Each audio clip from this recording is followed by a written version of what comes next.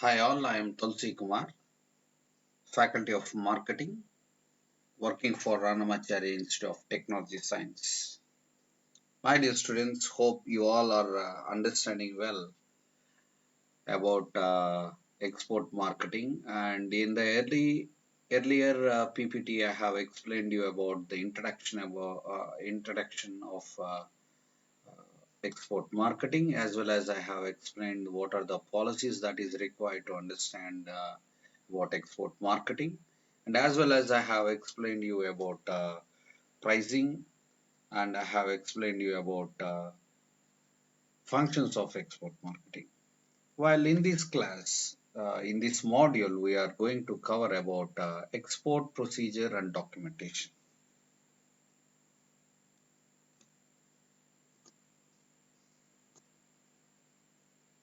So in this module, we are going to cover export documentation requirements and procedures in India. Let us check out what is export documentation and what are the procedures that procedures is required in India to export our finished goods to other countries. So while uh, before going to understand export documentation, let me tell you what are the requirements, what are the procedures that the every exporter has to be maintained. So while in the year of 1990, there is a great recession has held across the world. While in this recession, importers, exporters, I mean the Exim Bank, as well as a lot of crisis has held. So after 1990, India has adopted ADS, which is called Aligned Documentation System. With this aligned documentation process, the master document that maybe carry the total information about documentations that require documentation uh, for smooth flow of goods and payments. For this, in the year of 1991, the India has adopted, and this is the procedure that the exporters maintained after the year of 1991 till to the date. So, my dear students, let's have a look. Let us know about the export documentation. What is the export documentation meaning? Export documentation play a vital role in international marketing as it facilitates the smooth flow of goods and payments. This is called export documentation. And export documentation in India has evolved a great deal, particularly since 1990. Efforts are on a smooth footing to streamline and modernize the system. And as the India has adopted the ADS in the year of 1991, ADS refers to Aligned Documentation System, which is the internationally accepted documentation system. ADS uses a master document that contains the information common to all documents forming part of Aligned series. And these documents must be properly and correctly filled. Export documentation is, however, complex, and there should be a number of documents that filled in a large way. Why? Because see, in domestic countries, example like our India, in India to send the goods from one state to another state, that maybe comes under the domestic exporting. So there is no required large files and no need to produce the documentations. Well, you have decided to send the goods from one country to another country, for example, like India to China, or else India to uh, America. Here we have other example. We have example to understand. The Amar Raja company, the Amaron company has taken this documentation strategy in the year of 2006, and they have submitted these ADS to USA. And after that, the international trade has smoothly delivered, and the airline services has started. And another example, again the same company, Amaraja company, mango pulp. So that may be called as Galla thick mango. This pulp has started to export to USA, and the same document, the same procedure they have maintained, and finally successfully the company operations has smoothly it has flowed, and the payments and goods has been distributed. So like that we have a number of examples to understand. And moreover the documents that required, if you see in India there we have a few documentations to submit to import the goods, while to other countries there are number of large documentation that we need to send to other countries or else to the custom departments. You have decided to to export the goods from India to China. You need to submit a bill of lading, and you have decided to send the goods. You have decided to export the goods from India to Brazil or else India to Sweden. You need to follow the procedure of other bill ladings. So we have to come country to country, the documents may be differ. So these are the examples to understand. Hope you are on the track to understand what I am going to say to you, my dear students. Now let us see the functions of export documentations. What are the main functions of export documentation that may be served uh, below one by one? I will be explain you. The first one is an attestation of facts such as certificate of origin. So we need to attest some facts about our goods, and we need to submit the COO, which may be C, which stands for certification, O which stands for off, and another O which stands for origin. So from where you are sending, from who are you, and to whom you are sending the uh, products, where you are exporting the goods. This entire thing that maybe comes under COO, which is called as a certificate of origin. And another function in export documentation, the function of export documentation, we need to submit the evidences, the evidence of terms and conditions of a contract if carriage, such as in the case of an air bill. So you have decided to sell the goods through air cargo. You need to submit the airway bill. That the evidence you need to produce over there. And the third function of export documentation, the evidence of ownership or titles to goods, such as in the case of a bill of lading. So BOL called as a bill of lading, that may be produce the evidences. The title that may be what type of goods that you are sending to the destination from the origin. From origin to destination, who are you and what products that you are sending. There is entire title and things that may be comes under that, the evidence that you need to uh, produce, that maybe comes under BOL. And the fourth function of export documentation, a promissory note, that is a promise to pay. To whom you are paying, the flow of payments or receiving the money or else sending the goods.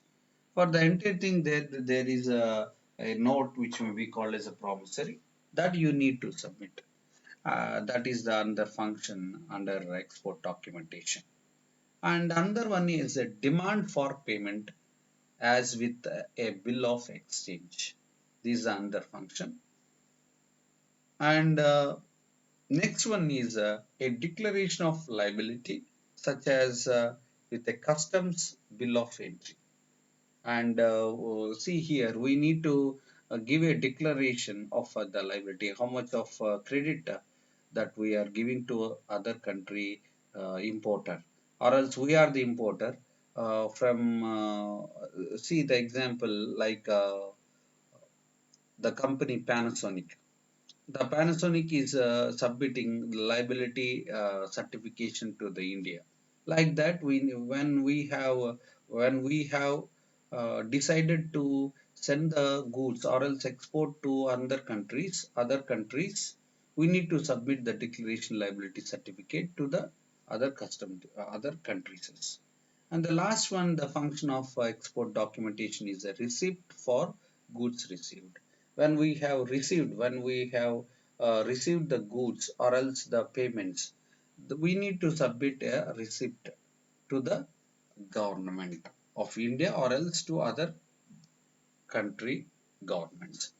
And here the export documentation is categorized into three, which may be the first one is commercial document, the second one is regulatory document, and the third one is export assistance document.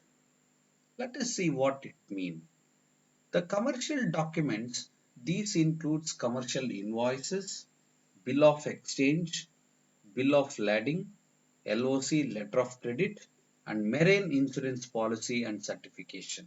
See here the commercial invoices, the BOC, BOE, and BOL, and LOC, and marine insurance policy and certification. You have decided to send your goods, for example, from India to Sri Lanka, or else India to China. You need to submit the marine through the shipment certification you need to submit, and the marine insurance policy and other certifications you need to submit to that government as well as to our government. These are procedure that uh, we need to follow. These entire certifications that comes under the commercial documents. And coming to the second one, which is called as regulatory documents. Regulatory documents, which are the rules and regulations governing export trade transactions such as foreign exchange regulation, custom formalities, inspection. These are the three main things that we need to understand under regulatory document. Under the regulatory documents, foreign exchange regulation activity, custom formalities, and export inspection, quality assurance, the entire thing that documents will come under the regular documentation, regulatory documentations. And the third one is export assistance document. It play very crucial in export marketing, which is called export assistance document. These documents, which are required for claiming notes, assistance under the various export assistance measures as may be in operation from time to time. And export documents, again here the documentation is subcategorized into, it is segmented into two parts, which the first one is regulatory, the second one is operational documents. What is regulatory requirements and what are the operational requirements that we need to know?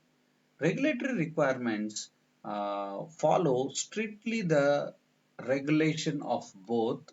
That first one is exporting country as well as importing country. These may be come under the regulatory. In operational requirement, the custom authorities are charged with the responsibility of verifying complaints on the part of the exporters, which all type of regulations in the force in the country. Here in this diagram, we can easily understand the export documentation procedure. In the the export documentation procedure may be checked like this. The export documentation is segmented into two main categories. The first one is commercial document and the second one is regulatory document. In the regulatory document, I have explained you the regulation both between exporting country as well as importing country. And coming to commercial documentation, it has sub-segmented into two parts. The first one is a principal document, and the second one is auxiliary documents. Let us see what are the differences, what it mean, what are the documents that comes under the principal documents as well as auxiliary documents. When we have decided to export the goods from one country to other countries, when we have started the marketing in international way, the globally we have started to export the goods or else import, while exporting the auxiliary documents will play crucial role. In next slide we will discuss what are the documentation, export documentation that comes under the auxiliary document. So out of the 15 commercial documents, 8 are principal, and the rest of documents will be comes under the auxiliary. The 8 principal documents are: the first one is commercial invoice, the second one is packing list, the third one is bill of lading, that is also called as airway bill, and certificate of inspection, that is called quality control. Quality assurance department is there, it will be check the goods. And the certificate of origin, bill of exchange, shipment advice, insurance certificate. So, my dear students, let us verify, let us recap what are the main documentation, the procedures that the exporters has to get aware before exporting the goods, before putting a foot into international, globally. We need to verify the documentation. We need to follow the procedures. What are the procedures that the government of India that is make a warn to the exporter? The first one is a commercial invoice. The commercial invoice is very important, that maybe play a main role, main function of documentation of export the goods. The second one is a packing. It's where we need to verify what are the goods that we are sending to the other people. With that, the customs people will easily verify which goods that you are sending to them. And while you have decided to send your finished goods from uh, through the way of air cargo, the airway bill, that may be you need to submit the certification, that is called as a bill of lading. And the fourth one is verification, the certificate that talks about the verification as well as inspection. The custom people, they inspect which goods that you are sending to that their place. And the quality assurance, the quality control department, the management will verify whether it has reached to their mark or not. Here we have an example. The Amaron company, the Galatic mango, has decided to export the mango pulp to USA. There, the customs department will inspect whether it has met their quality standards or not. They verify the number of grading and standards of the product before they import to their country. And as well as the other certification that is very important, that may be called as certificate of origin. So origin to destination, origin India, destination is USA. We need to send the acknowledge, the declaration, the certification that may be called as origin, COO, that is called a certificate of origin, and bill of exchange, and as well as the shipment advice, and insurance certification, where you have decided to you have decided to export the goods. You need to get insured while sending the goods through marine, or else sending your goods, you're exporting the goods through air cargo. We need to get insured if the flight has crashed, or else if the marine, the ship has sink in the sea. We need to submit that certification to other countries, whether that goods are spoiled or else damaged or not. So these are the verification, these are the documentation, these are the procedures that every exporter has to get aware about it. See, so I have explained in this unit export pricing and cost, and I have explained about the main functions of international marketing, and I have explained you the meaning of export marketing, as well as I have brought the differences between international marketing and export marketing. These are the main things that we need to understand in the unit of 5, and I have explained you about the differences between trade and international trade, as well as the difference between export and import. Once again, I will explain you the differences between export and import.